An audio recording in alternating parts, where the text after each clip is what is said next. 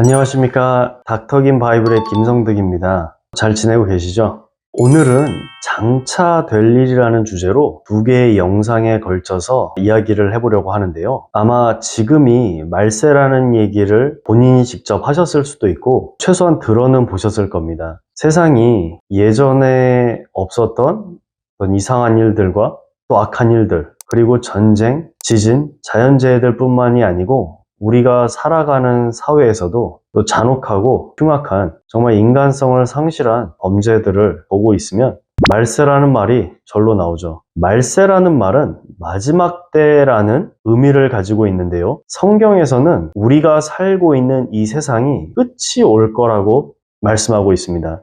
성경에서 마지막 때라는 것은 예수님의 재림, 즉 예수님께서 이 땅에 다시 오시는 것을 중심으로 펼쳐지는 1년의 지구에서의 마지막 사건들이 일어나는 때입니다. 솔직히 이 마지막 때라는 주제는 이단 사이비들이 이 주제를 완전히 선점해버리는 바람에 마지막 때에 관련된 어떤 성경의 내용만 들어도 거부감이 들고 피곤해지는 경우도 있습니다. 예를 들어서 그 예전에 휴거 날짜를 정해서 몇 날 며칠에 휴거된다고 성도들을 모아가지고 휴거된다고 생난리를 친 한 이단 단체가 있었는데요. 당연히 그 정한 날짜와 시간에 휴거가 되지 않았고 그 뒤로 이제 휴거의 휴자만 들어도 이상한 소리 같고 이단들이 하는 소리처럼 들리기도 하죠. 또 요한계시록에 예수님께서 이 지구에서 직접 1000년 동안 다스린다는 내용도 있는데 이제 이단 사이비 단체 중에서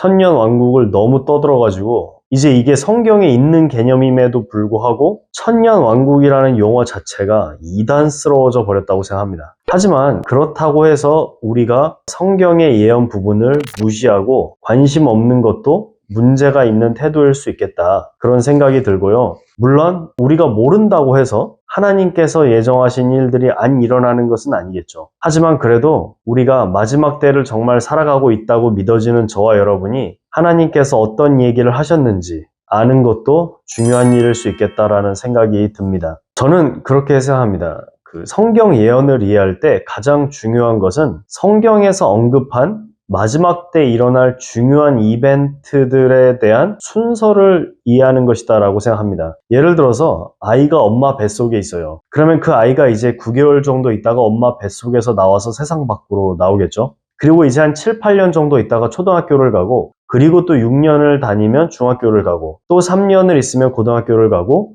또 3년 고등학교를 다니면 이제 고등학교 졸업을 하겠죠. 그리고 계속 살다가 이제 늙어 죽겠죠. 당연히 방금 제가 말씀드린 순서대로 일이 진행되지 않겠습니까? 아이가 죽었다가 다시 엄마 뱃속에 들어가는 것이 아니고 고등학교 입학했다가 다시 초등학교로 입학하는 것이 아닙니다. 혹은 초등학교 다니다가 다시 엄마 뱃속에 들어갔다가 다시 중학생이 되는 이런 순서로 가지 않겠죠. 그래서 성경에서 마지막 때 이벤트들이 성경 전체에 걸쳐서 여기저기 언급이 되었다 하더라도 우리가 이벤트들을 일어날 순서대로 이해하는 데는 전혀 문제가 없다고 생각합니다. 그리고 이 대략적인 순서를 전체적으로 머릿속에 넣는 것이 중요하고 또 이단 사이비들의 거짓말에 속지 않는 좋은 방법이기도 하다고 생각합니다. 이단 사이비들은 그 말하는 내용도 엉터리지만 이 순서가 뒤죽박죽이에요. 그 사람들은 아이가 엄마 뱃속에 있다가 갑자기 대학생이 됐다가 갑자기 다시 엄마 뱃속으로 다시 들어가는 이런 식이거든요. 그래서 앞으로 일어날 장차 될 일들의 이벤트들의 순서를 이번 영상과 다음 영상에 걸쳐서 총 7개로 나누어서 말씀을 드리도록 하겠습니다. 이 예언이라는 부분이 아직 일어나지 않은 일이다 보니까 어떤 그 해석에 있어서 정통 기독교인이라 하더라도 조금 이제 다르게 해석하는 사람들도 있는데요. 오늘 여러분께 저도 이제 이 예언 부분에 대해서 나름 공부하고 이해한 부분에 대해서 제가 맞다고 생각하는 내용에 대해서 말씀을 드리도록 하겠습니다.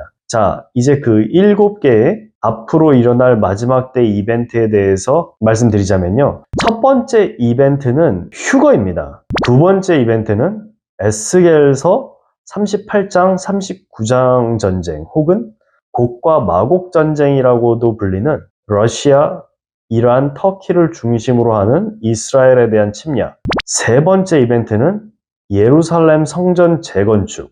네 번째 이벤트는 적그리스도와 이스라엘 간의 7년간의 평화 조약 및 7년 환란. 다섯 번째 이벤트는 예수님의 재림입니다. 여섯 번째는 소위 천년왕국이라고 불리는 예수님의 천년간의 지구를 다스리시는 것. 일곱 번째 이벤트는 최후의 심판. 그래서 이 방금 말씀드린 이벤트가 저는 이 순서대로 일어난다라고 생각합니다. 왜냐하면 이들이 순서대로 일어나야, 즉 앞에 이벤트가 생겨야 그 바로 다음 이벤트가 생길 수가 있다라고 생각합니다. 예를 들어서 여기서 순서가 뒤죽박죽이 되어버린다고 쳐요. 가령 최후의 심판이 있은 다음에 휴거가 있을 수는 없거든요. 그래서 이런 전체적인 순서를 알고 있는 것이 마지막 때를 이해하는데 좋다고 생각하고요. 자, 그러면 첫 번째 이벤트인 휴거부터 말씀드리겠습니다. 이 휴거는요, 영어로 랩처라고 하는데 데살로니가전서 4장 16절에서부터 18절에 나온 말씀입니다. 주께서 호령과 천사장의 소리와 하나님의 나팔 소리로 친히 하늘로부터 강림하시리니 그리스도 안에서 죽은 자들이 먼저 일어나고 그 후에 우리 살아남은 자들도 그들과 함께 구름 속으로 끌어올려 공중에서 주를 영접하게 하시리니 그리하여 우리가 항상 주와 함께 있으리라. 그러므로 이러한 말로 서로 위로하라. 휴거는 그야말로 예수님을 믿는 사람들이 한순간에 전 세계적으로 동시에 사라지는 사건입니다. 이 휴거를 공중재림이라고도 부르는데요. 제 영상에서는 휴거를 그냥 휴거로만 언급하고 재림은 예수님의 발이 정말 땅에 닿는 지상재림을 재림이라고 말씀드리겠습니다. 공중재림이라고도 불리는 휴거는 휴거가 되지 않는 사람들은 예수님을 지구에서 볼 수가 없기 때문에 제 생각에는 휴거를 그냥 휴거로 부르는 게 조금 더 명확하지 않나 그렇게 생각을 합니다, 개인적으로. 어쨌든 이 휴거라는 이벤트는 몇 가지 관점에서 굉장히 의미가 있다고 생각합니다. 마태복음 24장 42절 말씀에는요, 그러므로 깨어있으라. 어느 날에 너희 주가 임할는지 너희가 알지 못함이니라. 예를 들어서 우리가 시험이 있는데 그 시험이 10년 있다고 생각을 하면은 솔직히 9년 동안은 좀 놀 수 있는 거 아닙니까? 그런데 이 휴거라는 교리로 인해서 단순히 죽어서만 우리가 예수님을 본다 이런 개념이 아니고 휴거가 언제 일어날지 모르기 때문에 마치 매일 시험을 보듯이 우리가 늘 긴장하면서 하나님 앞에서 조금이라도 더 바르게 살게 만드는 그런 효과가 있다고 생각합니다. 전쟁이 언제 날지 모르니까 매일 준비하듯이 휴거가 언제 될지 모르니까 늘 깨어있고 오늘 하루 조금 더 똑바로 주님 앞에서 바르게 살기 위해 노력할 수 있는 거죠. 예를 들어서 예수님 안 믿는 사람이 죽기 직전에 믿으면 된다 이렇게 생각할 수도 있겠지만은 휴거라는 교리가 있기 때문에 오늘 믿어야 되는 겁니다. 내일로 미뤄서는 안 되는 거죠. 왜냐하면 휴거가 오늘 밤에 일어날 수도 있으니까요. 자꾸 이단 사이비 단체들에서는 휴거 날짜를, 즉 휴거가 되는 정확한 연도와 날짜를 꿈을 통해서 받았다, 환상을 통해서 받았다, 자꾸 이런 헛소리들을 하는데 하나님께서 이걸 가르쳐 주시면 안 돼요. 날짜를 가르쳐 주면 제가 보기엔 그 휴거의 목적이 사라지는 거다라고 생각합니다. 매일매일 깨어 있어야 하는 이유가 사라지는 거죠. 왜냐면 그 날짜에만 맞춰서 조심하면 되는 거니까. 휴거의 날짜를 하나님께서 알려주신다고 이렇게 잘못된 가정을 하면은요. 아까도 간단히 언급드렸지만은 과거 우리나라의 한 이단 단체가 휴거 날짜를 꿈을 통해 받았다고 주장을 하면서 이렇게 그 신도들이 자기가 하는 일들 다 때려치고 교회에 모여서 이 휴거만 기다리고 사회에 큰 혼란을 야기시키는 모습을 보면서 아이러니하게도 하나님께서 왜 휴거 날짜를 가르쳐 주시면 안 되는지 그 이유를 보여줬다고 생각합니다. 그리고 휴거는 교회가 사라짐을 의미합니다. 이것이 또 다른 휴거의 중요한 의미라고 할 수 있겠는데요. 즉 교회 시대의 종말이 오는 거예요. 교회라는 것은 우리가 이제 흔히 말하는 어떤 예배당 건물이 아니고 교회는 회중 혹은 예수님을 믿는 사람들을 의미합니다. 예수님께서 2000년 전에 이 땅에 오시고 우리 죄를 위해 십자가에 돌아가시고 부활하신 다음부터 지난 2000년 동안은 교회 시대인 거죠. 그 전에는 율법의 시대였습니다. 교회 시대의 특징은 은혜의 시대입니다. 즉 믿기만 하면 다 구원받고 천국 갑니다. 마치 장학금에 대해서 장학금 신청서만 내면 다 주는 거예요. 성적을 보는 게 아니고 아무리 공부 못한 학생이라도 장학금 신청서만 내면 다 주는 것. 이제 이게 은혜의 시대인 거죠. 하지만 율법의 시대는 이제 성적을 보고 장학금을 받을 수 있는 자격이 되는지를 보는 겁니다. 그래서 휴거를 통해서 교회의 시대, 즉 은혜의 시대가 끝나고 이제 다시 율법의 시대로 돌아가는 길이 열리는 거죠. 이 부분도 중요하다고 생각합니다. 왜냐하면 이스라엘 백성들이 다시 성전을 짓고 하나님께 제사 드리는 과거 이제 그 구약 시대의 어떤 율법의 시대가 다시 열리는 계기가 되는 거니까요. 또 다른 휴거의 중요한 점은 크리스천들이 사라져야 하나님께서 요한계시록을 통해서 말씀하신 심판들을 내릴 수 있게 됩니다. 예수님을 믿는다는 것은요, 나의 죄가 용서받았음을 의미합니다. 즉, 예수 믿는 사람은 심판의 대상이 아니란 뜻이에요. 하나님께서 이 땅에 대한 심판을 약속하셨는데 예수님 믿는 사람이 같이 있어버리면 심판을 할 수가 없어요. 그래서 사라져야 되는 겁니다. 하나님께서 예전에 소돔과 고모라를 불과 유황으로 멸하실 때도요, 하나님께서 소돔과 고모라를 멸하시기 전에 그 소돔과 고모라가 이제 동성애를 대표로 해서 죄악이 관영한 도시였는데 아브라함이 소돔과 고모라를 위해서 하나님께 간구하는 장면이 창세기에 나옵니다. 아브라함이 이렇게 기도해요. 50명의 의인이 있다면 소돔과 고모라를 여전히 멸하시겠습니까? 하나님께서는 그 50명의 의인으로 인해서 소돔과 고모라를 멸하시지 않겠다고 말씀하십니다. 그런데 아브라함이 여기서 안 멈추고 계속 하나님께 물어봐서 마지막에는 하나님께서 10명의 의인만 있어도 소돔과 고모라를 멸하시지 않겠다고 약속하십니다. 그런데 이 도시에 의인 10명이 없었던 거죠. 그래서 롯하고 롯의 가족만 천사의 도움을 통해서 하나님께서 소돔과 고모라를 멸하시기 전에 이 롯과 롯의 가족들만 빼내신 겁니다. 즉, 하나님께서 이 땅에 대한 심판을 하실 때 예수님 믿는 사람이 같이 있어버리면 심판이 안 돼요. 그래서 사라져야 됩니다. 어떻게 사라지죠? 휴거를 통해서. 휴거는 임박했다라고 합니다. 임박했다라는 건 뭐냐면 이 휴거 전에 다른 선행되어야 하는 이벤트가 없습니다. 즉, 휴거는 오늘 밤에도 일어날 수 있고 10년 후에도 일어날 수 있어요. 그런데 이렇게 얘기하는 분들이 많이 있습니다. 마태복음 24장 14절에 보면 이 천국 복음이 모든 민족에게 증언되기 위하여 온 세상에 전파되리니 그제야 끝이 오리라 라는 말씀이 있는데 이 말씀을 근거로 이 전 세계에 남아있는 미전도 종족들을 전도해야 예수님이 오신다. 그래야 휴거가 된다. 이렇게 얘기하신 분들이 있는데 저는 그 의견에는 동의하지 않습니다. 왜냐하면 첫째, 휴거는 끝이 아니에요. 휴거는 마치 극장에서 영화 보는 것으로 비유를 하면 액션 영화에서 20분 남겨놓고 영화관을 떠나버리는 거나 마찬가지입니다. 그 예수님 믿는 사람이 휴거된 이후에도 중요한 일들이 지구에서 많이 일어나요. 끝이 아니라는 얘기죠. 그리고 만약에 미전도 종족들에게 가서 전도를 다 마쳐야 휴거가 된다고 가정을 하면은 솔직히 아직 미전도 종족이 한 수천 개 정도 남았으니까 다 전도하려면 최소한 앞으로 한 3년 정도는 걸리지 않겠습니까? 그러면 우리가 앞으로 이 3년 동안은 확실히 예수님이 안 오십니다. 이렇게 얘기할 수 있는 거죠. 그 말이 맞다면. 그런데 그렇게는 또 생각 안 하잖아요. 오늘이라도 휴거될 수 있다. 이렇게 믿고 있잖아요, 솔직히.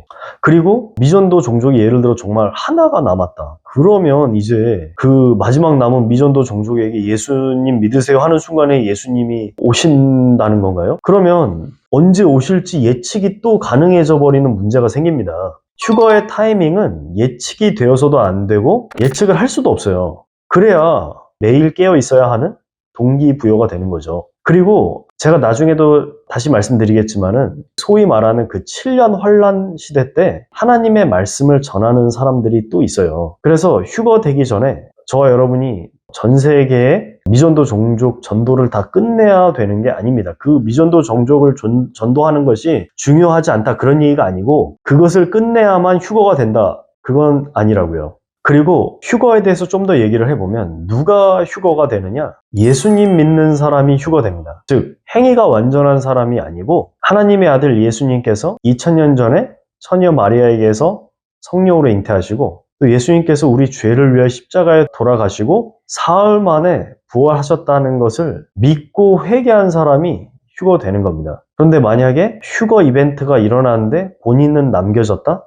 그러면 이제 두 번째 이벤트, 에스겔서 38장, 39장에 나온 소위 말하는 이제 곡과 마곡 전쟁을 목격을 하게 될 거라고 생각합니다. 에스겔서 38장과 39장에 여러 지역들이 언급이 되어 있는데요. 지금으로 하면은 이제 러시아, 이란, 터키를 중심으로 이스라엘에 어떤 탐낼 만한 것이 있어서 그것을 빼앗으려고 이렇게 이스라엘을 공격을 합니다. 흥미로운 것은 그 러시아, 이란, 터키 이 세 나라는 요즘에 뉴스를 봐도 한편으로 보이거든요, 사실. 그런데 그 1950년도, 60년도에는 그 이스라엘과 이란의 사이가 괜찮았습니다. 그 늘 사이가 안 좋았던 게 아니었어요. 그리고 2000년 정도까지도 터키와 이스라엘의 사이가 괜찮았습니다. 이스라엘이 그 아랍 국가 중에서 수교를 맺은 나라가 몇 나라가 없는데 그 중에 하나가 터키거든요. 예. 지금 이스라엘과 이란, 터키와의 사이가 안 좋은 것이 늘 그랬던 것이 아니고 이제 마지막 때가 가까이 와서 이제 어떤 성경 예언을 실현되기 위해서 또 요즘에는 또 사이가 안 좋은 것이 아닌가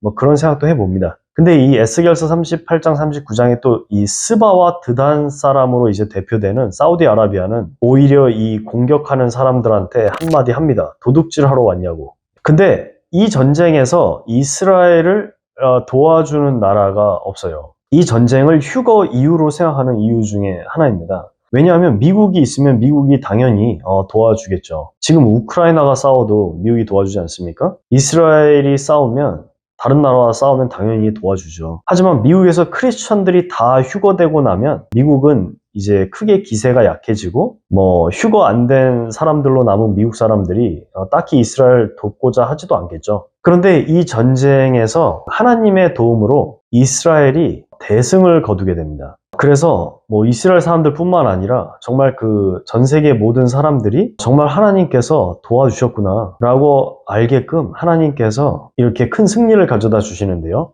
이 전쟁을 통해서 이제 그 전 세계에 흩어져 있는 이스라엘 백성들이 그 이스라엘 땅으로 이제 모이게 됩니다. 지금은 사실 그 이스라엘의 사실 정책 중에 하나가 그 전 세계에 흩어져 있는 유대인들을 모으는 그런 정책이 이미 되고 있어요. 하지만 그 전 세계의 자리를 이미 잡고 있는 유대인들이 굳이 이스라엘 땅으로 가려고 하지 않죠. 하지만 이 전쟁을 통해서 이제 전 세계에 있는 유대인들이 다시 이스라엘 땅, 즉 하나님께서 아브라함을 통해 약속하신 이스라엘 땅으로 이제 모이게 됩니다.